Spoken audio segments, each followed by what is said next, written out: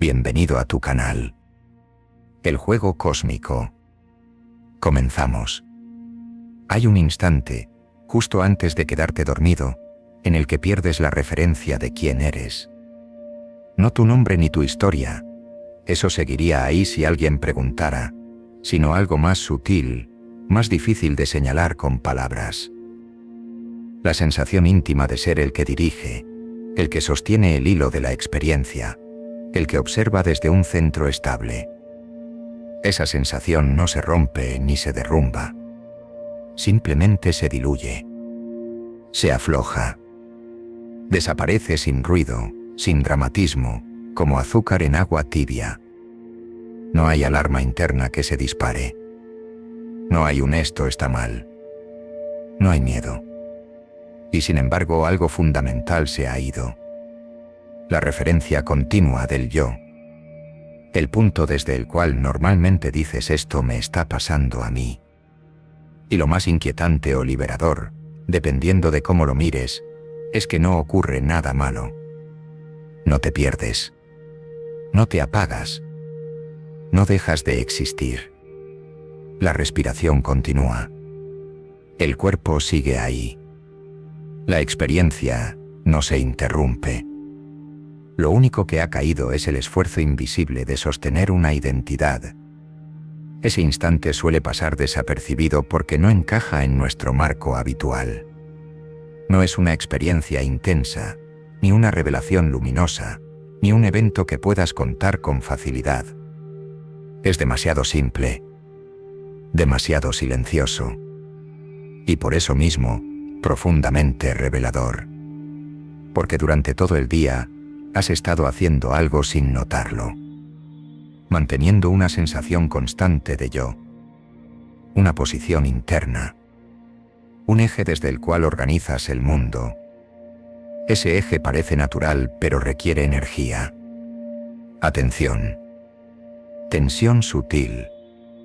Y cuando el cuerpo se relaja de verdad, ese sostén deja de ser necesario. Y aún así, todo sigue. Esto no sucede únicamente al dormir. Ocurre muchas veces a lo largo del día, en pequeñas grietas que solemos cerrar de inmediato. Momentos breves en los que la continuidad del yo se interrumpe sin previo aviso. Cuando te quedas absorto mirando algo sin pensar. Cuando una música te atraviesa y por unos segundos no hay comentario interno. Cuando reaccionas antes de decidir. Cuando ríes de forma espontánea. Cuando el tiempo parece desaparecer. Son instantes en los que no hay nadie gestionando la experiencia. Pero estamos entrenados para no quedarnos ahí. Para regresar rápido a la identidad. A la narrativa. A la sensación de control. Volvemos a ser alguien. Volvemos a ocupar el centro. Porque nos han enseñado explícita e implícitamente que existir es sostener un yo, que si no hay un alguien dirigiendo, algo falla. Y aquí es donde entra el deseo. El deseo aparece precisamente en esas grietas. Llega sin anunciarse. No pide permiso. No consulta tu biografía, ni tus valores, ni la imagen que tienes de ti mismo. Simplemente surge. Como una corriente que atraviesa el cuerpo y la mente, antes de que puedas decir nada al respecto. Una atracción repentina. Una fantasía que irrumpe mientras haces algo trivial. Un impulso que no encaja con la persona que crees ser. Y casi siempre, la reacción es inmediata. Tensión. Un pequeño sobresalto interno. Vergüenza, incomodidad, miedo. No tanto por el contenido del deseo, sino por lo que amenaza. La coherencia del relato. Porque la mayoría vivimos sostenidos por una historia sobre quiénes somos. Una historia razonable, defendible, más o menos estable. Soy este tipo de persona. Esto me define. Esto jamás lo haría. Esa historia no es falsa. Es funcional.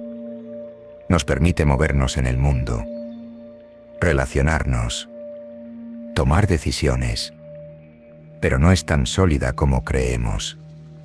El deseo es uno de los momentos en que esa solidez se resquebraja, porque el deseo no negocia con la historia. Aparece como el clima. No se pregunta si es adecuado. No espera aprobación. Y en ese aparecer deja al descubierto algo inquietante. No estás tan al mando como pensabas. Si no decides lo que deseas, entonces, ¿qué decides realmente? ¿Quién es ese yo que creías dirigir la vida? Esta pregunta rara vez se formula de manera directa. No suele aparecer como una frase clara, sino como una sensación difusa de amenaza. Algo que preferimos no mirar demasiado de cerca. Por eso el impulso inmediato es recuperar el control, corregir el deseo, justificarlo, reprimirlo, integrarlo rápidamente en una narrativa aceptable. Pero si observas con honestidad, ves algo muy simple. El deseo aparece primero. Siempre. La reacción viene después.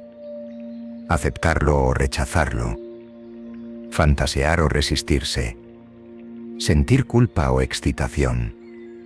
El yo que decide llega tarde. Es comentarista, no autor. Y esta constatación, si no se esquiva, abre una grieta más profunda que cualquier deseo concreto. Una grieta en la idea misma de ser un yo central, coherente, al mando. No es una conclusión intelectual. Es una sensación directa. Una especie de vértigo suave. Como darte cuenta de que has estado apoyado en algo que no era tan firme como creías. Y aquí termina este primer descenso. Cuando se abre esa grieta, cuando notas que el deseo aparece sin pedir permiso y que el yo llega después, suele activarse un mecanismo inmediato de defensa. No siempre consciente, no siempre verbal, pero muy eficaz. La división interna. Una parte observa, otra actúa. Una juzga, otra desea. Una se siente superior, otra culpable. Y así nace la sensación de conflicto.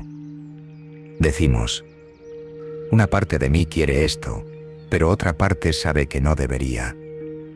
Como si hubiera un comité interno, como si el ser humano fuera un parlamento dividido en facciones enfrentadas. Esta forma de entendernos parece natural, incluso madura. Nos hace sentir responsables, éticos, autocontrolados. Pero también es la raíz de una enorme cantidad de sufrimiento silencioso. Porque al dividirte, creas bandos. Y cuando hay bandos, hay guerra. El deseo se convierte entonces en algo que hay que vigilar. Algo potencialmente peligroso. Algo que podría revelar demasiado. No solo ante otros, sino ante ti mismo. Porque si aceptaras plenamente lo que aparece en tu conciencia sin filtros, sin correcciones, ¿qué pasaría con la imagen que tienes de ti? ¿Seguirías siendo esa persona coherente, razonable, respetable? Aquí es donde el miedo se vuelve más profundo que la simple vergüenza social. No se trata solo de qué pensarán los demás. Se trata de qué pasará conmigo si dejo de sostener esta historia. La identidad no se sostiene sola. Requiere vigilancia constante. Repetición. Refuerzo. Cada vez que aparece algo que no encaja, hay que reencuadrarlo, justificarlo o enterrarlo. Y el deseo sexual, más que casi cualquier otra experiencia, desafía esa arquitectura. Porque es corporal, inmediato, preconceptual. No pide permiso a la moral ni a la espiritualidad. No entiende de ideales. Por eso muchas tradiciones han intentado controlarlo, sublimarlo o negarlo. No porque sea malo, sino porque es indómito. Porque recuerda algo que preferimos olvidar. Que no somos entidades puramente racionales, ni completamente coherentes, ni plenamente controlables. Y entonces aparece la culpa. La culpa no surge del deseo en sí. Surge de la comparación entre lo que aparece y lo que crees que debería ser. Es una fricción entre la experiencia viva y la imagen idealizada.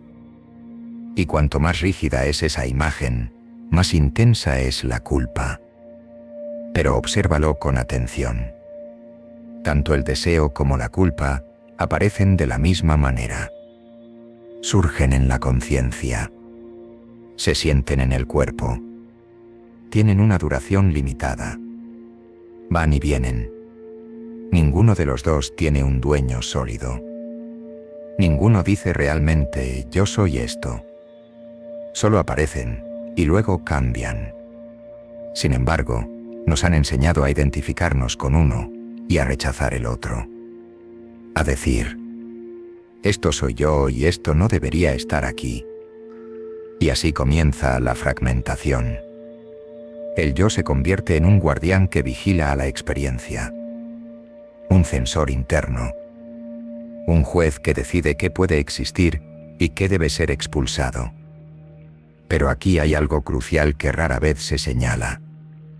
Ese juez también aparece espontáneamente. No lo eliges. No decides sentir culpa. La culpa simplemente surge, igual que el deseo. Es otro movimiento automático. Otra ola. Entonces, ¿quién está realmente al mando? Cuando ves esto con claridad, la narrativa habitual empieza a tambalearse. Ya no puedes sostener tan fácilmente la idea de un yo central que controla, decide y gobierna. Lo que encuentras, en cambio, es un flujo continuo de experiencias. Sensaciones, impulsos, pensamientos, emociones, reacciones. Todo apareciendo y desapareciendo en un mismo espacio de conciencia. La lucha surge cuando intentas congelar ese flujo y convertirlo en identidad. Esto sí soy. Esto no. Esto es aceptable. Esto es peligroso. Pero la vida no funciona así. La experiencia no respeta esas fronteras. Y cuanto más intentas imponerlas, más tensión se acumula. Aquí es donde el ocultamiento entra en juego. No solo ocultamos deseos a otros, nos los ocultamos a nosotros mismos. Los relegamos a la sombra, esperando que se debiliten. Pero lo que se reprime no desaparece. Se distorsiona. Se vuelve obsesivo, compulsivo, cargado de energía. Lo prohibido no es más fuerte por su naturaleza, sino por la resistencia que encuentra. Y paradójicamente, cuanto más espiritual, moral o elevada es la imagen que intentas sostener, más amenazante se vuelve cualquier impulso que no encaje. El conflicto se intensifica. La vigilancia aumenta. La sensación de vivir dividido se normaliza.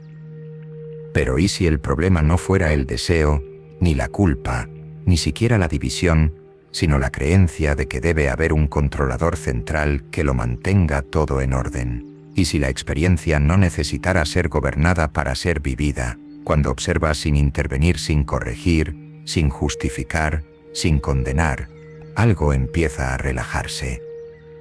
No porque el deseo desaparezca, sino porque deja de ser un problema.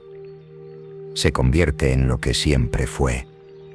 Una energía que surge y se disuelve. Un fenómeno, no una identidad. Y en esa observación honesta ocurre algo sutil pero decisivo. El yo pierde rigidez. Ya no tiene que defender una imagen. Ya no tiene que ganar una guerra interna. Puede simplemente permitir que la experiencia sea. No hay victoria. No hay derrota.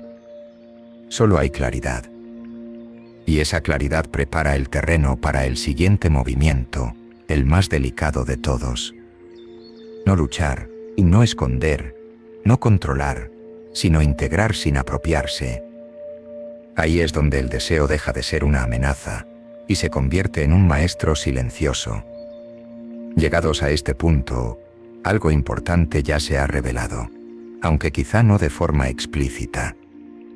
No se trata de resolver el deseo, ni de domesticarlo, ni de convertirlo en algo aceptable. Tampoco de erradicar la culpa o de perfeccionar la identidad. El verdadero cambio ocurre cuando deja de haber alguien intentando arreglar la experiencia. Porque mientras exista un yo que se siente responsable de controlar lo que aparece, la tensión persiste. Puede volverse más sofisticada, más espiritual, más silenciosa, pero sigue siendo tensión. Es el esfuerzo constante por sostener una versión de uno mismo frente al flujo imprevisible de la vida.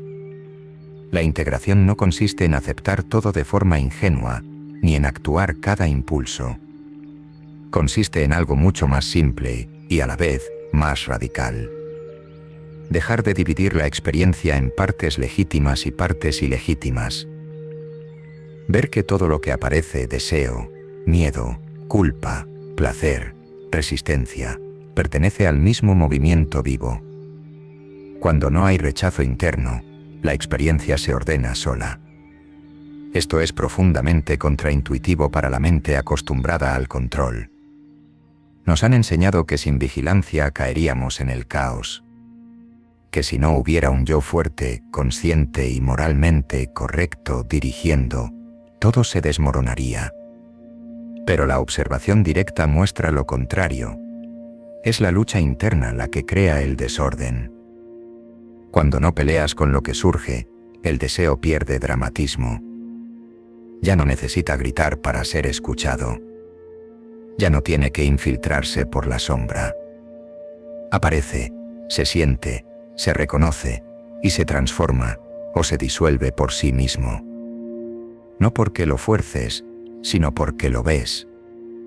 La conciencia clara es reguladora por naturaleza. Y aquí ocurre algo decisivo.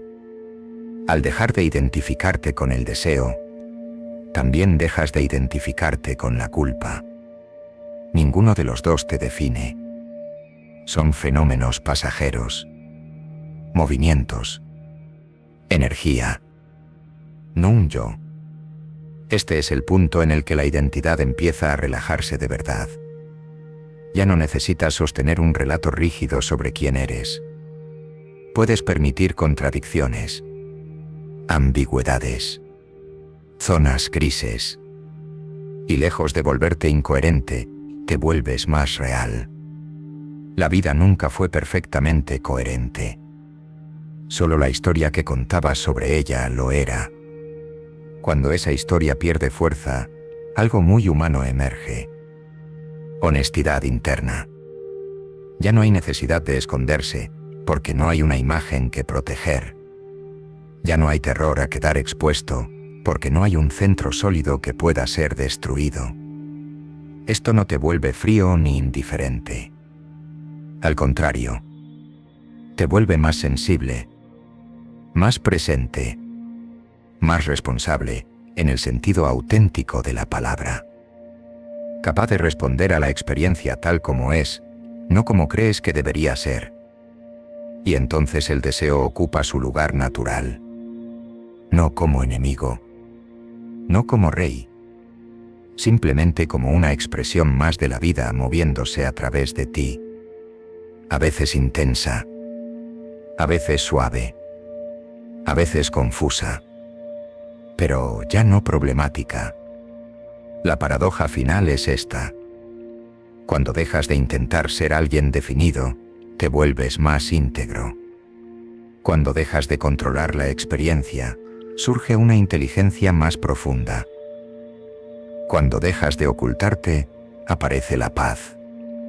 No porque hayas resuelto el misterio del yo, sino porque has visto que nunca hubo un yo separado que resolver. La lección no es que el deseo sea bueno o malo. No es que debas aceptarlo ni combatirlo. La lección es mucho más simple y más incómoda. El conflicto no está en lo que aparece, sino en la historia que cuentas sobre quién debería ser frente a ello. El deseo no revela un defecto. Revela que la identidad era una construcción. Y cuando eso se ve con claridad, la lucha termina. No hay nada que arreglar. No hay nada que ocultar. No hay nadie que defender. Solo experiencia ocurriendo. Conciencia presente. Vida viviéndose a sí misma, sin necesidad de justificación. Si este texto ha resonado contigo, no lo analices demasiado. Observa qué parte de ti se sintió vista. Y si te nace, escribe en los comentarios una sola palabra que capture lo que este texto despertó en ti: claridad, incomodidad, alivio, verdad, silencio, presencia, no para explicarte, no para demostrar nada, solo como un gesto honesto de reconocimiento. A veces nombrar lo que se ve es el primer acto de libertad.